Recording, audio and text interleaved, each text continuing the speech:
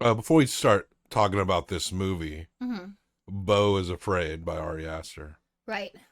I would like to us to have a full minute of silence, which I'm not literally timing. I want a full minute of silence so we can just think about everything we watch in that movie. So just stare right into the Mm. camera, Into the camera. and for a minute of silence, we'll just Okay. reflect on everything we saw. Okay. Okay?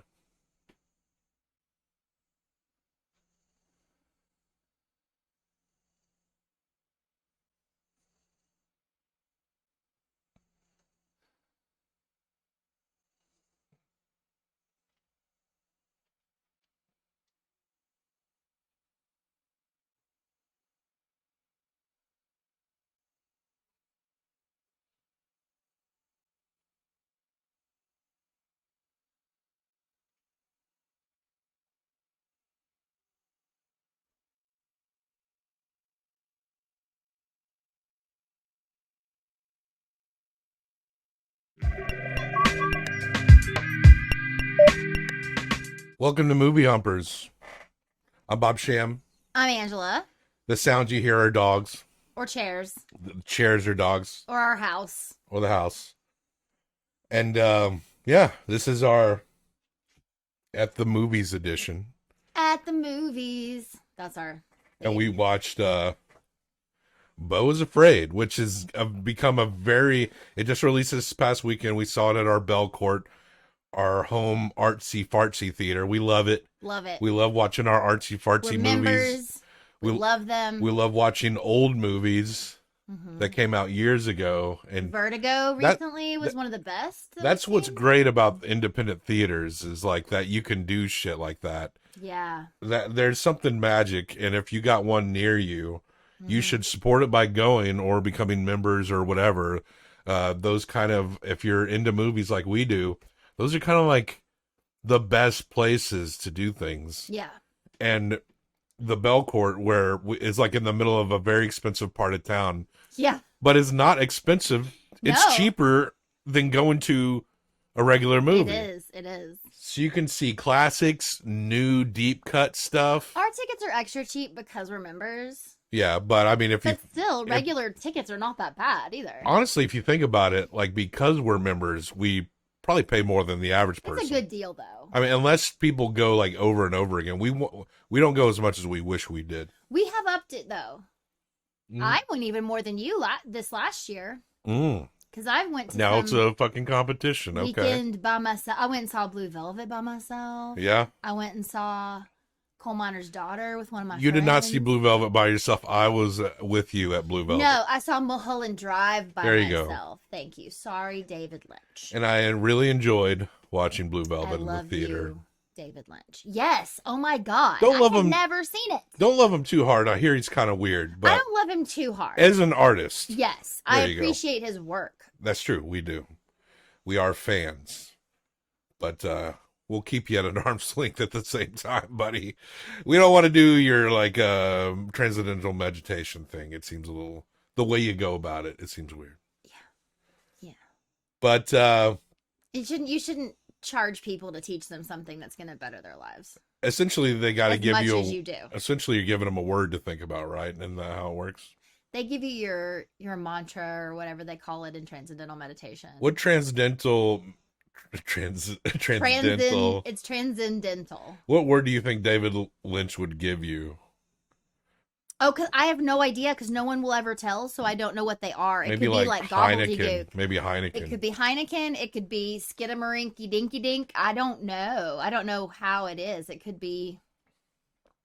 Who knows? One-Eyed Jacks. You just say One-Eyed Jacks in your brain over and over. Beau is Afraid. Kind of it's a divisive movie as I've been seeing online. Because I haven't read anything about it because I still haven't formed my own opinion. our phone and our computers hear everything we do, so I get a Yeah. bunch of like pop-up ads. And also I look up movie shit all the time, so I get it. Fair. So like I go and I look and it's like, oh, here's all the Beau is Afraid shit. So what's the general consensus? It's weird and people are confused. Yeah, I think what I said to one of my friends was it's extremely weird and so interesting. And sometimes funny. I think it is. It is funny and is scary. She Yeah. actually said, like, they're touting it as like an epic story is like what the preview is kind of The saying. tagline to the little movie ad we got on our Belcourt flyer Oh, made it right. seem like he was going to go on an adventure. His worst fears inform his greatest adventure, or something along those lines. Yeah, but adventure is a That's- strange word. There's also been apparently comparisons I've been seeing to a movie we haven't seen yet that we should probably watch soon. Mm-hmm. The winner of the Best Picture at the Oh, Oscars. yeah, Everything Everywhere All at Once. But the comparison seems to be when these certain scenes in which seem to be like someone animated or something like it. Like these movies have similar things in which like everything is one way and then you go into another way and it's like These different types of media. stylistically changing to a hard way. At times he looked like he was in a painting. Yeah, and those scenes were very good. And for at the movies, we make it a point not to give No. much away. I don't anticipate being this a long episode of at the movies, but yes. Yes, well, what I was saying was that, this friend I was talking to saw it at the same time that we did. Mm-hmm. And she had only seen a preview for it at another Belcourt show, and she'd seen that tagline. Mm-hmm. And so she thought she was going in to see something very fantastical and possibly like happy. Mm. Or at least Now, like, but you got to remember who the director is. well, she's never seen those movies. Oh, really? I don't think so. Oh. I could be wrong, but she actually, no, and maybe she has, but just the way it was, and even the cinematographer at the beginning talking about how like he wrote, Ari Aster did this movie. He wrote this before he wrote Hereditary and Midsommar. Yeah. And so even then she was like, maybe it'll still be like more fantastical and more adventure-y. And she was like, it's a total horror film. And I was like, I understand why you would say that. I wouldn't say total. But I wouldn't say total horror film. Well, I don't know if she said total, but she was definitely like, but I would still say it's horror. There were some horrific moments. Yeah. For sure. So it's like a fantasy horror dark comedy. But with an Ari Aster movie, there's at least one fucked up thing that's going to happen. And someone's gonna... It'll probably happen to their face or head. Yeah, something's gonna happen to someone's head. Yeah. That's just... And I think it did. Face or head. Yeah. Like someone... Well, it was alluded that someone had their head smashed in this one. Mm-hmm. So this movie is kind of split into 4 acts, right? Mm-hmm. It's Beau is played by Joaquin Phoenix. Amazing. He's like a very medicated basket case. He apparently was conceived after his father came for the first time and his mother, and then the father immediately died. Yeah. That's the story that he's been told since he was little. So Beau thinks that if he busts, he will die. So he's never even jacked off. Yeah, that is the implication here. And there are clues. There are parts of the movie where you see his balls, and they're huge. They're huge. Best part of the movie is seeing his balls. The first time you saw his balls, it was just the bottom of his balls, and they were close to his knees, and I literally was like, are those balls? They're so low. I gotta be honest, I was a little off put when we first saw his balls and you stood up and clapped in the theater.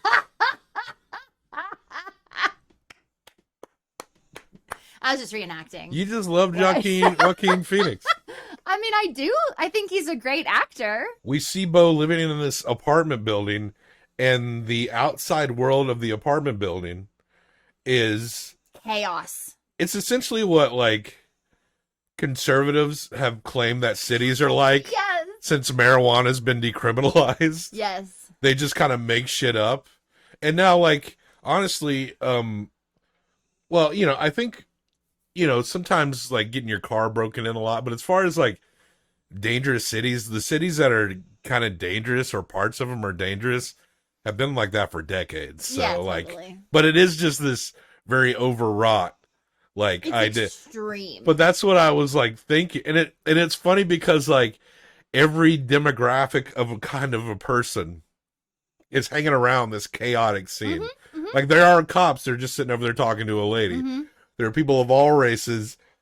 There's people just kind of like There are like people in suits at one point too. Like there's like businessmen even And around there. and it is a very hyper cynical society that is portrayed here.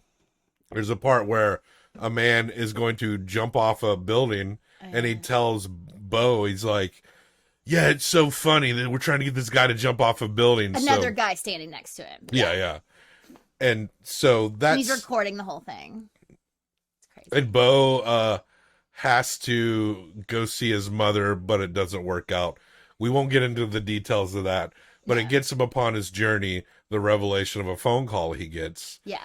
But he goes through some fucked up shit, essentially gets hit by a car, takes us to our second act, which stars Nathan Lane, and I'm forgetting the other actress's name. Amy something? No. It is Amy something. Oh, she's so good. Our scroll is coming up. I'll keep an eye out. She was the only good part of the last half of The Office, the American version. Yeah, she was like Michael Scott's like HR girlfriend. Yeah, the good girlfriend. The good one that managed to stick around. And let's be honest, did Michael Scott really deserve a good girl? No. We saw her in something where she was a cop, I think, too. Yeah, that sounds... She plays very interesting roles. She shows up in very interesting places. That sounds right. That sounds right. So here's the scroll. Joaquin Phoenix, Patti Lupone, Nathan Lane, Amy Ryan. Parker Posey. Those are the kind of the core, like, notable actors we see in this movie. There's a lot of people. Well, no, I guess those are the ones, but it seems so odd sometimes when you see like Nathan Lane. I was also thinking about Nathan Lane today. I won't sidebar too long. The man has not aged in like 40 years. That's true. He looks exactly the same as he did in the 90s. In the Birdcage. It's might as well be Birdcage and Nathan Lane. That was the touchstone I was thinking about today. I was like, when he walked out in that movie, he looked like he did in the Birdcage. And also, like, him and Patti Lupone, like, theater giants in this movie. Interesting casting. I feel like the casting was really well done in this movie. The casting was amazing. And not what you might expect. And that's what was so amazing about it. And also, like, Patti Lupone, I would watch Patti Lupone mop the fucking floor. I mean, it's long been established that, like, anything she's in, she'll elevate. Yeah. I mean, she is just that good. Times 100. And you know more about her than I do because you're more aware of the theater stuff. Sure. And I've only seen her in scattered lately, but film and TV stuff. Mm-hmm. But, so the second act, Beau is fucked up and he's being taken care of by Amy Ryan and Nathan Lane. Her husband. And they have a daughter who is off her fucking shit. And they seem to make it known that they kind of take care of people. And, like, they had a son that died in a war. Yeah, so it's almost like they're trying to take care of other people. Yeah. To fill this hole, but they've sort of ignored their daughter in the process. But there's a constant tension in that particular act, because if you know anything about Ari Aster, like, you don't because if you're aware, you don't trust anybody. You don't trust anything. No. And you're just waiting for the shoe to drop.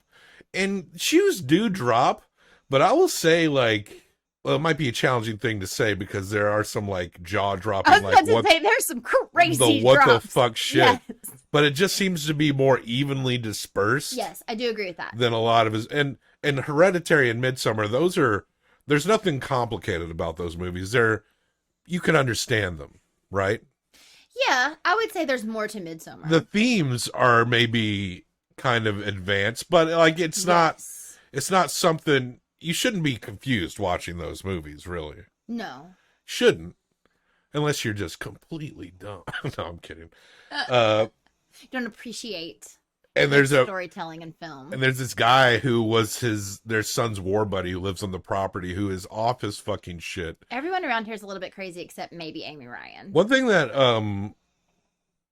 Ari Aster does that I actually love is that, like, especially in this particular movie, he frames a shot around something that's going on, and in the corner of something, there's always, like, something else happening back in the background. You see a person walk through the window. You see something go over here. There's something that seems to be, like, foreboding, even if nothing actually happens in that moment. Yeah, I don't think this is spoilery, but there's a part where Beau's on the phone in the foreground, and he's outside, and you see someone, like, running around in different parts of the back of the scenery. Mm-hmm. Like the whole time he's on the phone. It's very interesting. The way the shots are framed, we actually where we saw it, we saw like an intro by the cinematographer. Yes. Pavel I forget his last name. It's on the scroll. It was very personable because it didn't seem as though he'd like rehearsed or prepared what he was Not gonna at say. all. He just talked about him and Ari, and he's done all his movies with him since grad school. He was thinking, Or AFI or wherever they were. He was kind of putting over the type of theater that we were in to watch the movie and how it's good that you go there. And then it revealed that this was only like Ari Aster's second ever screenplay. Yeah. And it took him this long to get to it. He basically said that they couldn't get this one off the ground. Like, people were like, oh, it's brilliant, but it's too much money to make, or we're not gonna be able to do it, or you haven't proven yourself, sort of, right? And so then when they went ahead and switched to Hereditary, the idea was we're going to do a horror film because people will pay for horror because horror makes money. Yeah. And they're not wrong. And Midsommar has that same kind of vibe. Midsommar has that same vibe. But Midsommar is sort of a good transition into this, though, I think. Like, it's interesting if you think, like, Hereditary to Midsommar to this. That actually sort of makes more sense to me than if this had come first. Ari Aster has kind of popularized the notion of intellectual horror. Yes, and it's my favorite thing. And it is and there does seem to be some divisiveness about it regarding it, where some people will be like, Hereditary is the kind of horror I like. Maybe for people who aren't obsessed with horror completely, but you like a lot of horror. I do. But like a lot of people who maybe prefer traditional horror, I've heard kind of like go, kind of be a little bit more dismissive of Ari Aster. As someone who, has a very broader interest in movies, I would say that I like Ari Aster. I do. And I've yet to watch anything he's made. I think we've only not seen his very first movie. That's the only one we haven't, and we need to. It's something like Meet the Johnsons. Something with the Johnsons. Yeah. We need to. I've read about it. I'm not telling you about it. We should maybe watch it for this. I don't know if it's full length. Well, we always have something to watch for this, I guess we we'll can watch it figure for that fun out. then. For funsies? I said for this because that's the way to get you to watch something, because then we can record about it, because I can't imagine us watching a movie just for fun in between all the things we have to watch I know, now. but I got to watch my wrestling, and the NBA playoffs are right now. So Okay. Well, Drag Race All-Stars starts on the 12th. So. Exactly. We're going to get to a lot of shit. And also we get flashbacks of Beau, and there is a balance. There's a thing where I wouldn't call them dream sequences, but there is like almost like he has these visions, these induced visions or flashbacks, and we see Beau as a kid with his mother, and he has a particular relationship with a young girl that means something later in the movie. And he's just like the ultimate helicopter mom, and this very strange kid who thinks that he will die if he ever comes. She's one of those moms that is trying to be your friend until she wants to be your mom. Yeah. And she's trying to control him by acting like she's not controlling him. Like, basically, she seems like the kind of mom who would be like, you want to smoke a cigarette? I'll get you a cigarette. And then you're like, oh, no, I would never. Like, she seems like that kind of mom, but like but there's an undercurrent always of manipulation. And so I didn't really trust what she was saying a lot of times. But then sometimes because she'd start to say something, you'd be like, oh, this is a sweet little relationship. And then she would be like, and by the way, your father died inside of me. Like, it's just... We're introduced to her through phone calls, and she sounds kind of like just a regular mom, just sad that she doesn't get to see her son. She's disappointed that he's not going to come down the trip, and that's... My mom would have probably sounded the same and got off the phone with me too. And then we learn more and more and more about the complexities of their relationship. And their last name was Wasserman. And they lived in Wasserton. And that is like essentially the nature of the humor of that is like little shit like that. Yeah. And like the graffiti on the walls that are like in the apartment building he's in. Yeah. Some of it looks like graffiti I would have done when I was like 17 years old or something. Yeah. And so our third act, Beau is running through the woods. Yes, finds himself in the woods. And he finds himself with this group of people who are dressed like animals, and they put on these performances. Yeah, they all wear costumes. And they put forth this performance. And of course, after seeing Midsummer, you're like, okay, what's the fuck's going to happen here? You're going into a forest cult that appears to be a forest cult. It's like, well, we've seen this before. Who's gonna get their face turned into hamburger and the camera like is like completely focused on it? You know, who knows? But that wasn't a spoiler. Bobby's just making shit up now. yeah. but they put on this performance, and Beau kind of embodies the performance. He kind of loses himself in the story, and that, his mind goes off on his own adventure. And that's where you see kind of the more animated scenes in the trailer.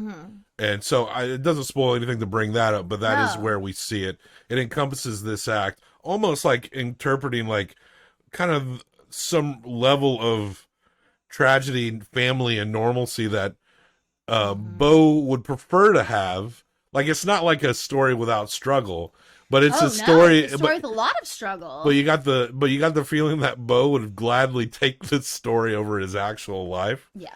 And so he kind of embodies himself in it as he's listening to it. Yeah. And then in the fourth act, Beau goes home. He goes home. Yeah.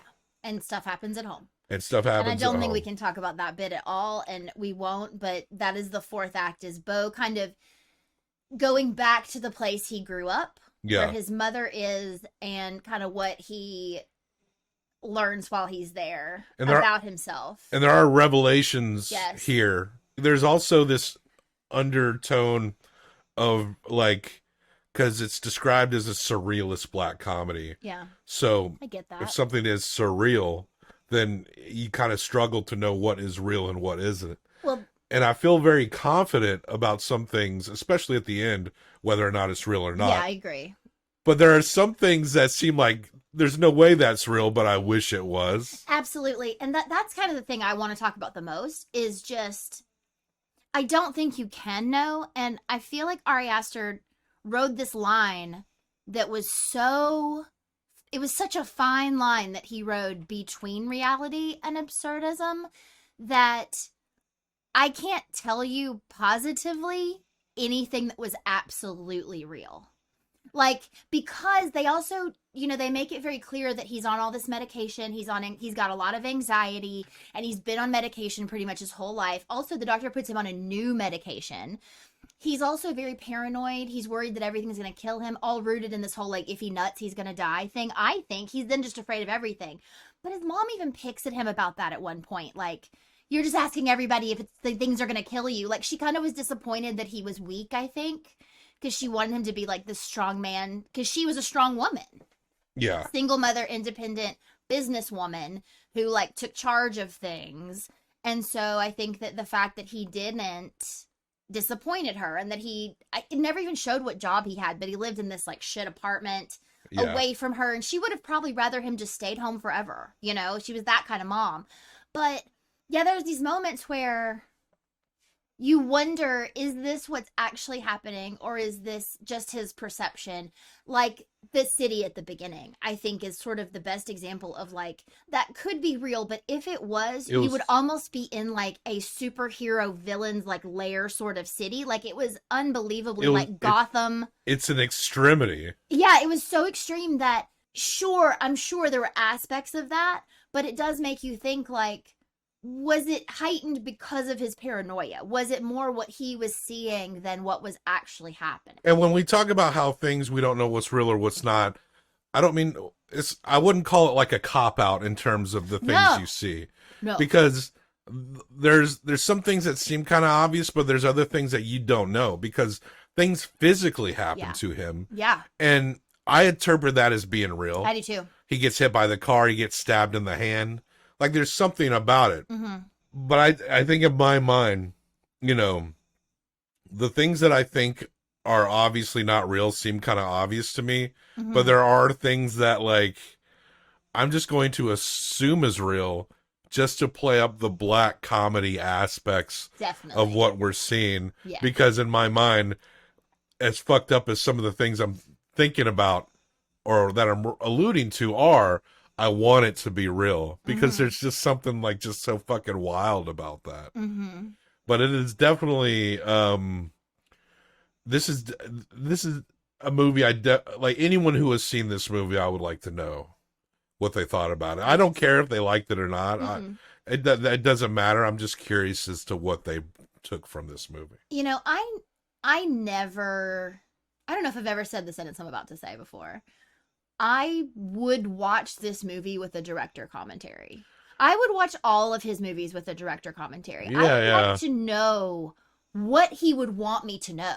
He might not tell you shit, but I would be interested. I hope he wouldn't. I would be, yeah, but I'd be interested to know what he would talk about. Like, would he talk about the way he shot these scenes? Because there's some of the angles on this stuff too is very interesting. It's so very well cool. shot. Like, some of these people, even in 2023, will do like swooping circular shots in their movies, and it's like, what the fuck are you hate that doing? shit. I don't know how some people get money to do the things they're doing. I don't know how these people have jobs sometimes, or editors. I don't know. You could say this about this movie because I don't know if this is necessarily a movie that's going to make all the money back. This movie, but we'll see, is so interesting. It's different.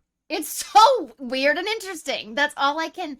I'm fascinated by it. I want to watch it again because I know there's stuff that I didn't pick up on because there was so much stuff. And that's actually one thing the cinematographer said that I loved. And he was like, watch this film and look at everything.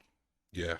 And I was like, fuck, what am I not seeing? Because I know there's things I didn't see. Everything felt, all the shots felt so deliberate and thought about. Nothing, like, every word on those walls was important. There's nothing that seemed very casual about this movie at all in terms of how it's put together and how it's made. And props to all the acting involved. You notice that Joaquin Phoenix, he constantly held his body like this. Like he pushed his shoulders up. He made himself constantly tense because this dude's never nutted in his whole life. His balls are giant because of it. Of course he's tense. And think of Joaquin like holding that like for so long. Painful. Yeah, that doesn't feel good. No. So he really just embodied this physical aspect of this character. Hey, he's a good actor. I was also very impressed with the child actors in this. Yeah. The young Beau and the little girl that he had the relationship with, but also the daughter of the couple. That she was very funny to me. She was so funny. There's a scene with her and her friend and Beau in the car. Yeah. That was fun too, I thought. I really thought it was funny in the scene in the brothers' room. We won't. Okay. Yeah, I did. No, I get it. It's because crazy. She's totally wrecked and I know. But yeah, but I'm glad, right after I got out of the theater, I was like, it was just so like, I don't know what to think about this movie. And then as I kept going and I felt like I understood it more as we chewed it around.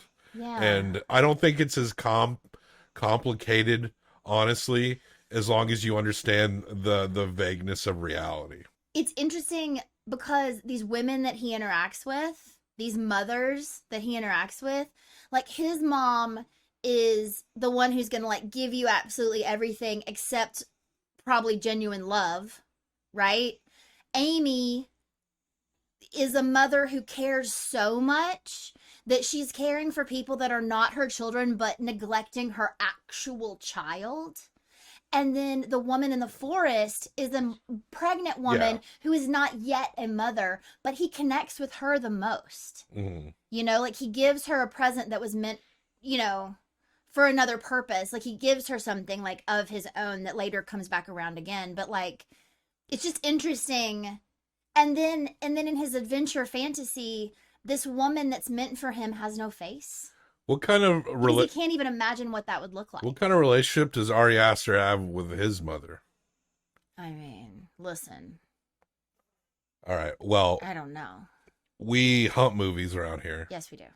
And Jesus Christ. I'm gonna hump this movie 1 through 5 times. You're gonna hump it like it's the first time you've ever humped, and you might die after. We will after I bust at the end of this episode. I will die. This episode can never end. And we will combine our 1 through 5 scores for best out of 10, and we will rank it. Yep. Do you mind going first? I think I'm just gonna say 4.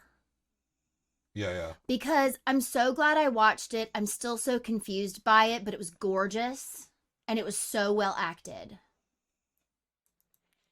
4 sounds good. I think I'm gonna go a 4.25. I think if I had to give a big criticism, it was like, and everything worked and everything.